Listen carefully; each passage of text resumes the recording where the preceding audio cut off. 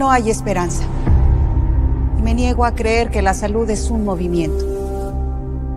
Es una idea nueva, pero imaginar una salud proactiva, consciente y colectiva es falso. La salud es un estado, y hay quien cree que la pandemia nos cambió. Cualquier cosa es más importante que mi salud. La forma de ver las cosas puede cambiar tu salud. Mi salud es más importante que cualquier cosa. La pandemia nos cambió, y hay quien cree que la salud es un estado. Es falso. Imaginar una salud proactiva, consciente y colectiva es una idea nueva, pero la salud Es un movimiento, y me niego a creer que no hay esperanza. Es tiempo de crear una nueva cultura de salud, bienestar, prevención, longevidad. Holadesalud.mx, un movimiento de TechSalud.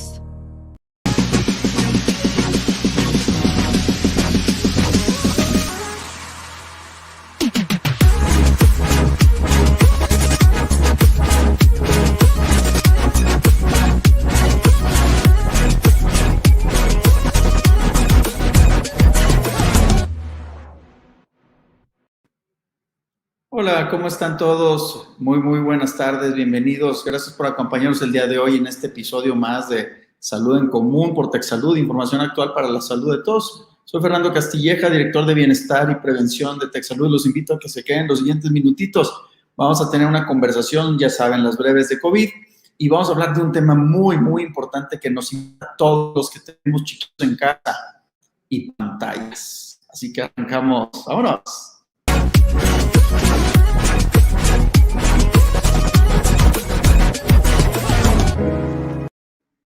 Como siempre, les actualizo un poquito los números. En México ya van más de 3.5 millones de personas contagiadas por COVID, de quienes han fallecido terriblemente, más de 270,000 personas que han sido diagnosticadas con COVID y que han fallecido. Recordemos que hay un exceso de mortalidad atribuibles a las causas indirectas de la muerte por COVID, es decir, enfermedades que no fueron atendidas por atender a esta enfermedad de COVID. Entonces, toda aquella gente que descuidó sus procesos, sus otras enfermedades como la diabetes, la hipertensión, cáncer, enfermedad cardíaca, regresen lo más pronto posible para que vuelvan a ser atendidos y retomen este camino sobre el bien que llevaban de sus tratamientos y sus esquemas terapéuticos para que no los abandonen.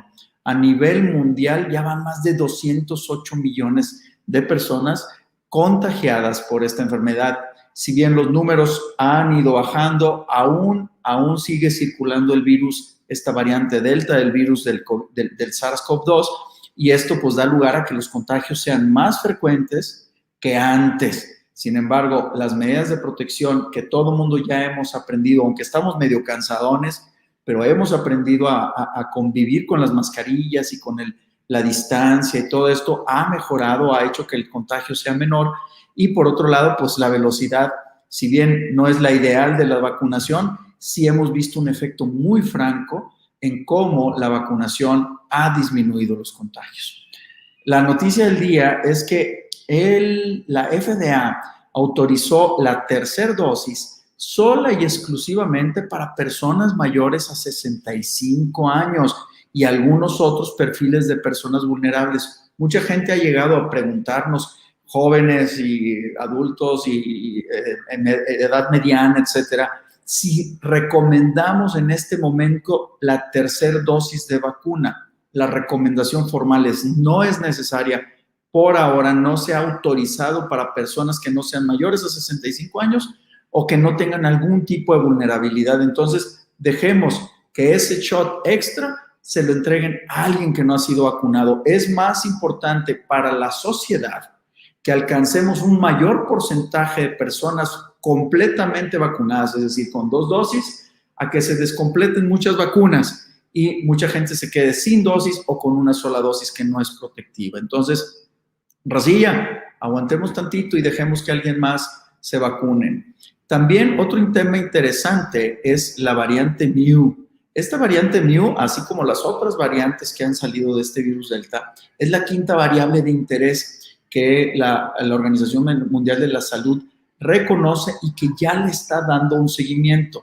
Si bien en este momento no parece ser una variante más grave, lo que tiene esta canija es que las mutaciones que hace, las hace alrededor de esta famosa proteína S, esta proteína Spike, que está en boca de todo el mundo, porque es para donde se dirigen las vacunas y para donde se dirigen los tratamientos. Aquí el detalle es que cuando hace la mutación sobre esta proteína, es posible, todavía no es un hecho concreto, pero es posible que la variabilidad en la eficacia de las vacunas y los tratamientos cambie. Entonces, por eso, mucha atención. ¿Y cómo le hacemos para disminuir la circulación de variantes y que salgan nuevas variantes? Que circule lo menos frecuente el virus, y eso lo hacemos con medidas de restricción, con vacunación y con cuidados ya ampliamente conocidos. El otro tema importantísimo es que Pfizer ya empezó con su línea de argumentación para decir que su vacuna es segura para niños entre 5 y 11 años. Entonces, va a empezar ya su proceso de validación y de aprobación ante la FDA para ser utilizada de emergencias en este grupo de edad. Ojo, no es el momento, todavía no están los papers, es una fase 2-3, es temprano todavía. Pero de aquí a que brinquen a una fase 3 donde empiecen a dar resultados, es posible que en los siguientes meses ya estemos platicando un poquito más sobre la aplicación de esta vacuna Pfizer-BioNTech en menores de 11 años. Una cuestión que muchos tenemos mucha atención porque pues, queremos ya vacunar a los más chiquillos, que son los que ya están regresando a las escuelas. Entonces, pues bueno, esas son las 3 del día. Y ahora sí, ¿qué onda con los niños y las pantallas? ¿Qué onda con los papás y las pantallas? ¿Los dejamos ver cosas ahí en los celulares y en los iPads? Pues de eso vamos a hablar con nuestro experto. Vámonos a la siguiente sección.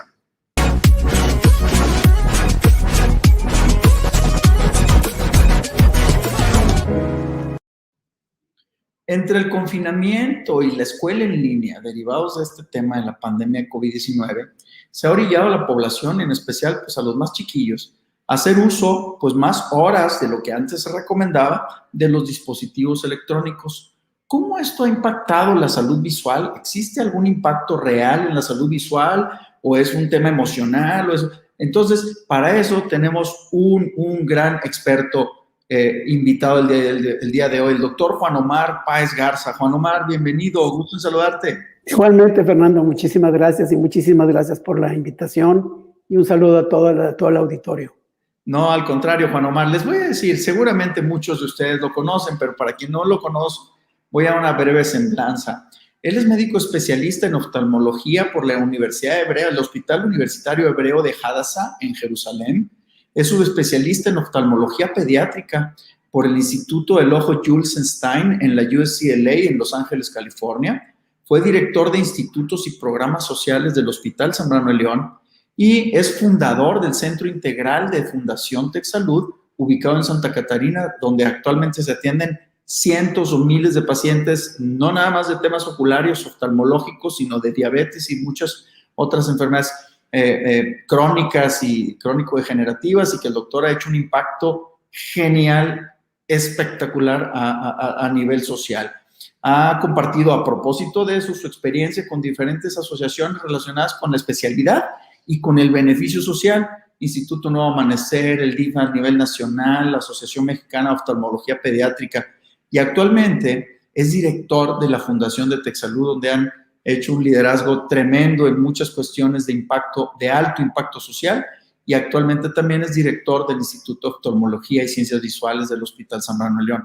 Pues bien, Juan Omar, pues gracias de nuevo por estar con nosotros.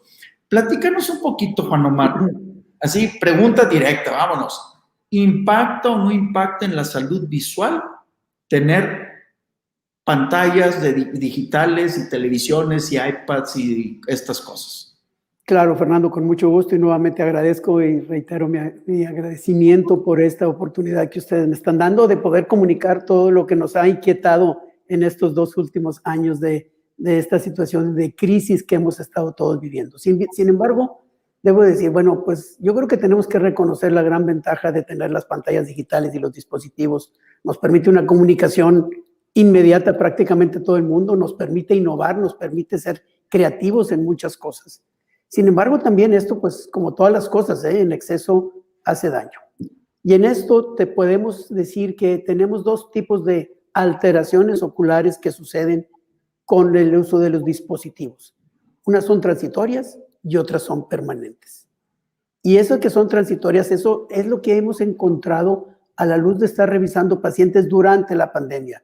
Hemos visto que, bueno, obviamente la gran cantidad de los niños que vemos en el consultorio, pues son niños que están estudiando en línea y muchos de ellos son síntomas directamente relacionados al uso de estos dispositivos. En otras palabras, para resumir y contestar así directamente la pregunta, sí puede haber trastornos, pero los podemos prevenir, que creo que eso es lo importante y lo que se trata también aquí, para darles a conocer a todo el mundo las herramientas para poderlo hacer. ¿Qué tipo de trastornos son los que se pueden presentar? Estos que dices de corto plazo, de largo plazo, ¿qué les puede afectar visualmente a los chiquillos? Te voy a decir así dos cosas. Primero que nada, hemos encontrado el síndrome de fatiga ocular. El síndrome de fatiga ocular son estos niños que se quejan que los ojos están rojos, que les arden, que les pican, que pueden tener dolor de cabeza, que ven borroso, que cuando quieren ver alguna cosa batallan para enfocar.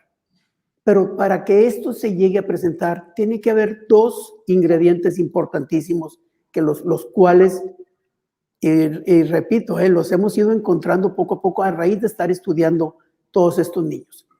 ¿Quiénes son quienes presentan este síndrome de fatiga ocular? Son los niños en los que pasan más de 8 horas en los dispositivos y los que tienen también dificultad para el enfoque. ¿A qué me refiero? Nosotros en que el consultorio medimos la capacidad que cada persona o cada paciente tiene para enfocar.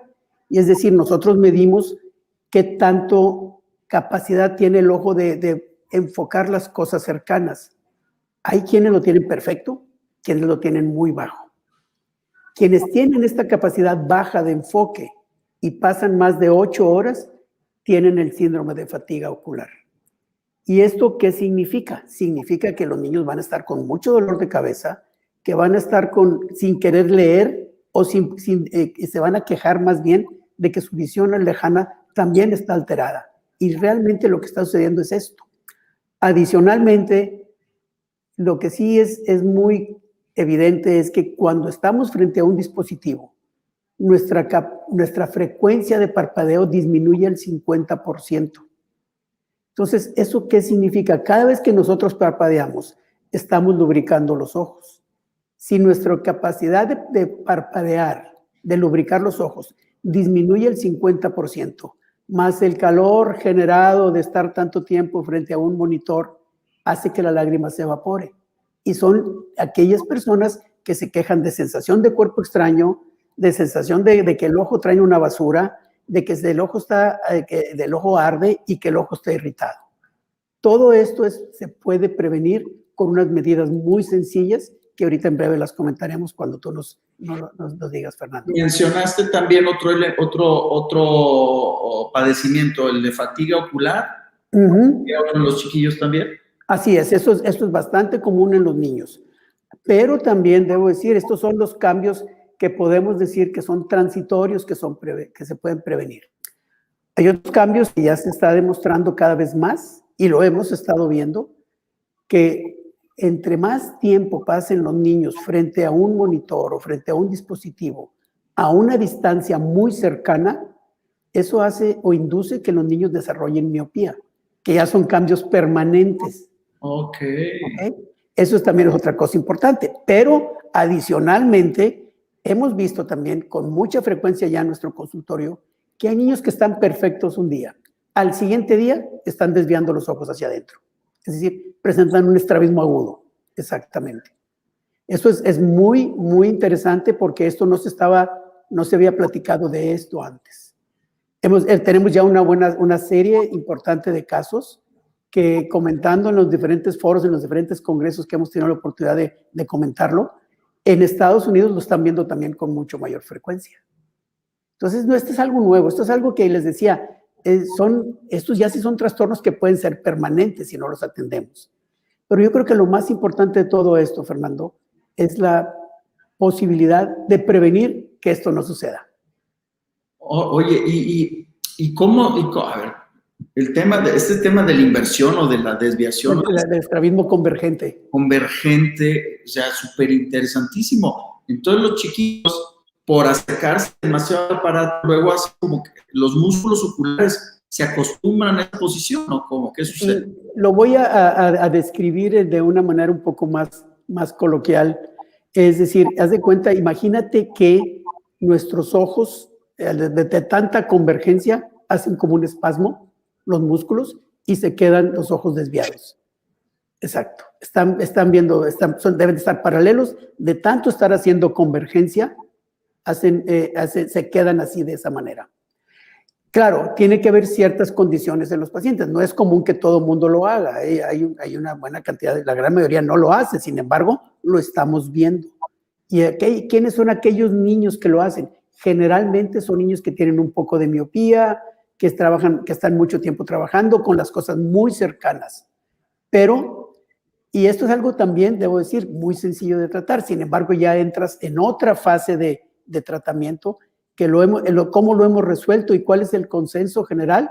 Lo hemos resuelto con 2 inyecciones de Botox en los músculos del músculo de los ojos. Y eso, así como se presentó, al siguiente día se les quita por el efecto mismo de la toxina botulínica. Y eso es algo interesante, sí. Ahora, también yo comentaba que predispone también al desarrollo de la miopía. El predisponer al desarrollo de la miopía, eso ya está, inclusive ya está escrito, ya está, digamos, previsto que para el 2050, el 50% de la población del mundo va a ser miope. Y eso está relacionado con el uso de tanto tiempo de los dispositivos. Wow. Y si tenemos 3 factores importantes. Mucho tiempo viendo los dispositivos. No descansar la vista frecuentemente.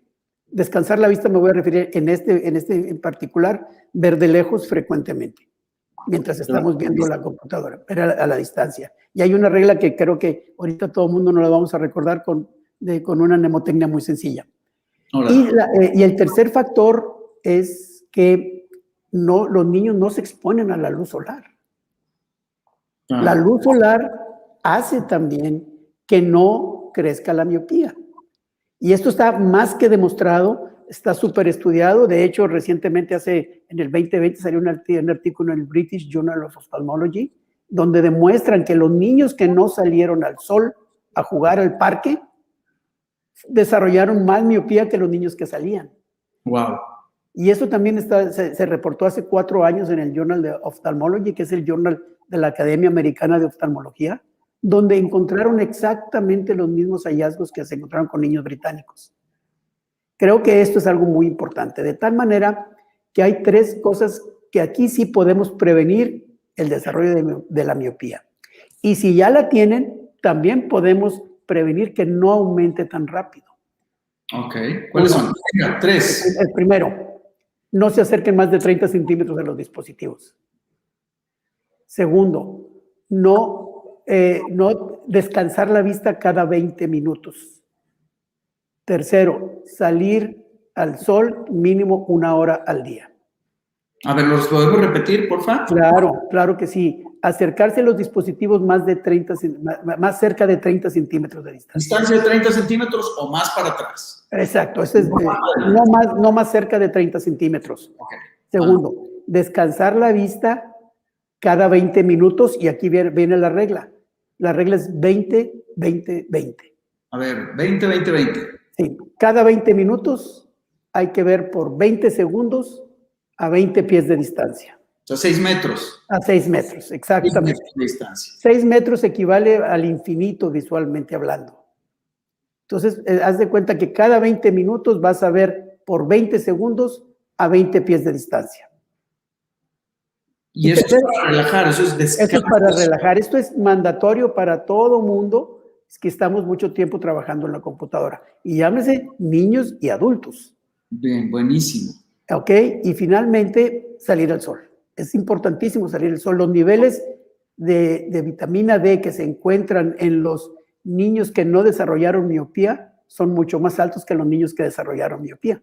Interesantísimo. Sí, la verdad son cosas muy, muy, muy interesantes, Fernando. Entonces, yo creo que todo el mundo debemos tener la capacidad de hacerlo. Esto es prevención puramente, que creo que es parte de nuestra obligación, porque es mucho más importante la prevención que la curación.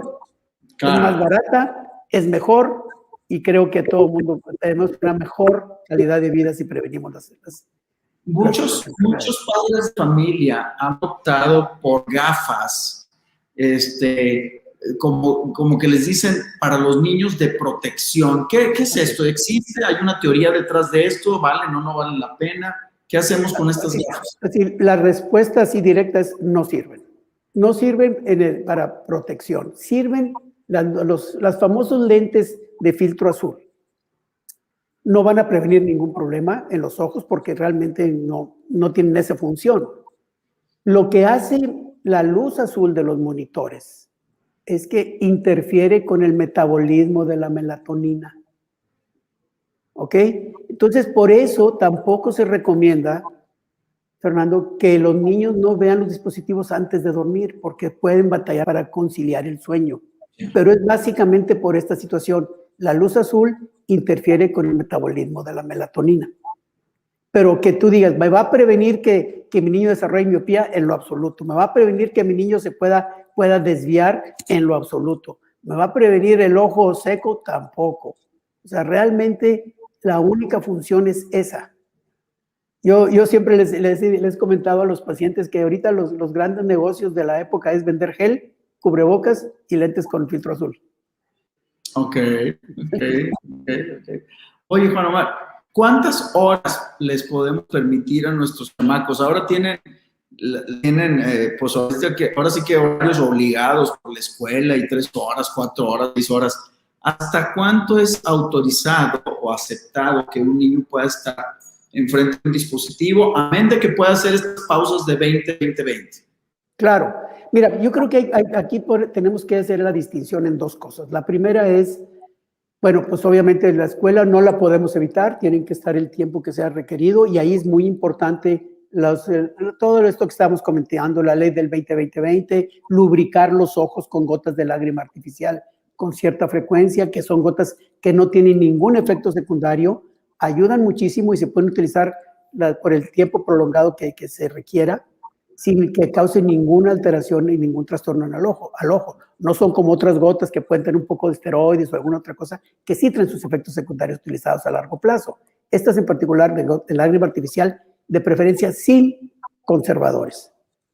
Sin conservadores, eso es bien importante. Las gotas de lágrima artificiales o las gotas que ya no traen conservadores se identifican con el nombre de la gota y luego las iniciales PF.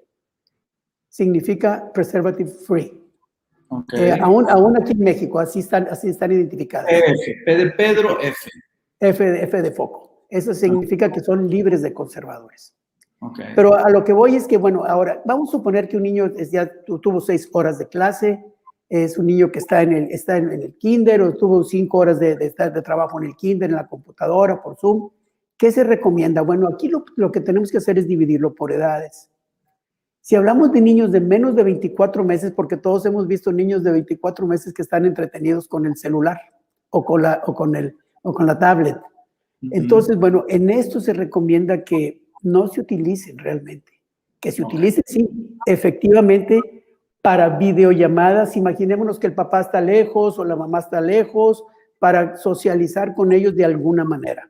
Eso es lo más recomendable. Ahora, son recomendaciones no hechas por el Instituto de Oftalmología o por TechSalud, son recomendaciones de la Academia Americana de Pediatría y de Oftalmología. O sea, tienen su fundamento. Si hablamos ya de niños preescolares entre 2 y 5 años, hay que limitar su contenido, su uso, a 1 hora al día. Y básicamente de contenido educativo. Okay. Eso es lo que se recomienda. Los niños mayores de 6 años, hay que establecerle muy bien los límites de quizá no más de 2 horas de estos dispositivos, con ciertos contenidos de preferencia educativos igual, pero también tenemos que tener muy en cuenta que estos niños es muy importante que salgan al parque a jugar, a que les dé el sol. Y por último, sí también recomendamos no utilizar los dispositivos antes de ir a dormir, ya que sabemos que esto trae los trastornos del sueño que comentábamos ahorita brevemente, Fernando.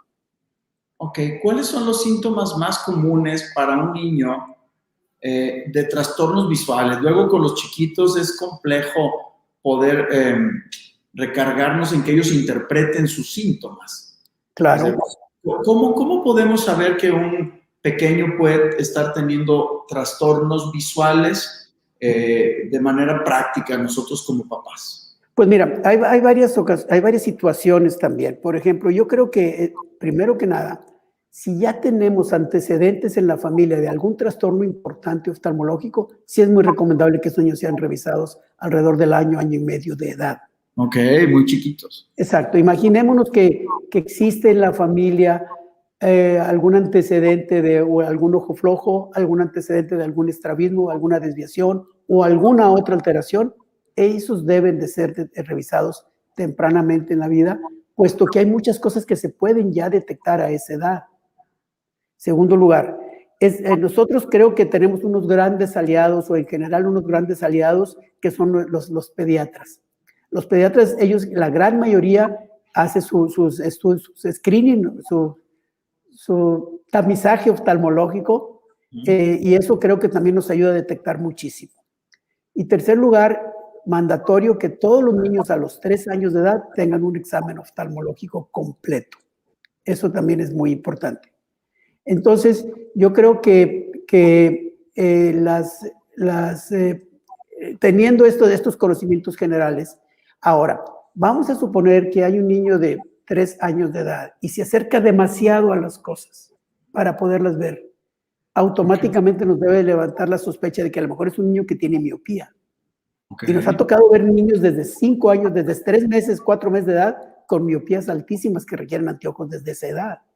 O es un niño que está todo el tiempo viéndose las manos muy cercano. Eso es un signo casi típico que es un niño que tiene miopía, independientemente de la edad. Y eso generalmente empieza a los meses, que se acercan demasiado sus manitas para poderlas observar.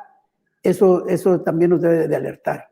Pero yo creo que lo más importante es que exista en los papás la conciencia de que tienen que ser revisados los niños al menos una vez durante la infancia. Si puede ser a los 3 años, es mejor porque eso nos va a dar del derrotero.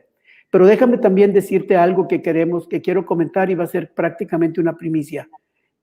Lo habíamos comentado brevemente, Fernando, en el corredor, tú y yo. Estamos diseñando un examen oftalmológico completo para los niños y para los no tan niños a través de los dispositivos. Y ahí sí les vamos a permitir que los vean porque va a ser para un examen oftalmológico. Okay. Entonces, esto estamos ya en los últimos toques de este estudio para ya poderlo lanzar a través de nuestras redes para que los papás tengan en casa la oportunidad de revisar oftalmológicamente a sus niños. ¿Y estos exámenes van a tener que hacerlos periódicos los papás? O sea, a los 3 años, a los 5 años, así. Ajá, esa es una muy buena pregunta, pero yo te lo voy a poner de esta otra manera, Fernando. Imaginémonos un niño sano que no tiene ningún problema a los 3 años. Es poco probable que va a desarrollar algo en un periodo a mediano plazo, pero eso debe ser revisado igual a los 3 años otra vez. Pero a los 3 años también ya te das cuenta si alguien trae problema. Okay. Y esos tienen que ser revisados con mayor frecuencia y en menor periodo de tiempo. Ok. Por eso la importancia, perdóname, es la revisión inicial a los 3 años. Porque nos va a decir hacia dónde vamos oftalmológicamente hablando. Buenísimo, para que todos los papás, mamás que estamos viendo esta transmisión nos quedemos con la idea de que nuestros chiquillos, independientemente de que si ven o no ven aparatos, tienen que acercarse con su oftalmólogo pediatra para hacerle una revisión formal de la capacidad visual, porque si no se detecta a tiempo, puede ser que la discapacidad visual pues, incremente sobre el tiempo y que cuando queramos resolverla, ya haya pasado un tiempo valiosísimo a favor de o mejor dicho, en contra de los niños. Daniel Trujillo nos pregunta, y preocupado supongo por el tema de las clases en línea, sobre las horas que están entre 7 horas, 8 horas ahí pegados a las clases, que luego tienen breaks también ahí. ¿Hay alguna norma o alguna legislación vigente hoy sobre esto que tú sepas, Juan Omar? Como legislación o como norma no existe tal cual. Yo creo que esta norma la estamos estableciendo justamente en este momento, es decir, más que todo la comunicación de cómo prevenir las cosas, que son las medidas higiénicas que ya comentamos brevemente. Como por ejemplo mantener la distancia adecuada de los dispositivos, no más cerca de 30 centímetros, ajustar el brillo y el contraste a lo mínimo, el brillo sobre todo, lubricar los ojos con cierta frecuencia y que no se olvide la ley 20-20-20. Eso aplica para todo mundo, esa es básica y creo que es muy fácil de recordar. 20 minutos durante 20 segundos viendo a 20 pies. Esa nos vamos a quedar hoy con esa frase 20-20-20. A los 20 minutos de una presentación, como ahorita ya deberíamos estar haciéndola. Así es. 20 segundos a 20 pies, que son 6 metros de distancia, y eso es un poquito de descanso visual en niños y en adultos. Y pues los síntomas ya los dijimos, los tratamientos específicos, pues que se acerquen con ustedes para poder determinar cuál pudiera ser un efecto o un defecto visual del pequeño. Y pues bueno, nos pregunta también Pablo Velasco sobre que si podrías reiterar el efecto de la vitamina D sobre el tema visual. Sí, el mecanismo aún no está muy bien establecido, pero lo que sí se sabe que en los niños que tienen una exposición a la luz solar aumentan los niveles séricos de vitamina D y eso de alguna manera es una protección para el desarrollo de la miopía. La verdad, como les comento, es algo que no se ha podido encontrar, pero ya se sabe que la vitamina D ayuda muchísimo para la salud oftalmológica porque impide un poco el crecimiento del ojo, que es lo que sucede cuando el ojo se hace miope. Cuando el ojo se hace miope, crece un poco más de lo normal. ¿Cuáles son los mecanismos metabólicos? No están muy claros todavía, pero eso es algo que a nivel de observacional se ha encontrado. Ahora, una cosa bien importante, y se lo digo a Pablo, pero se lo digo al resto de la audiencia.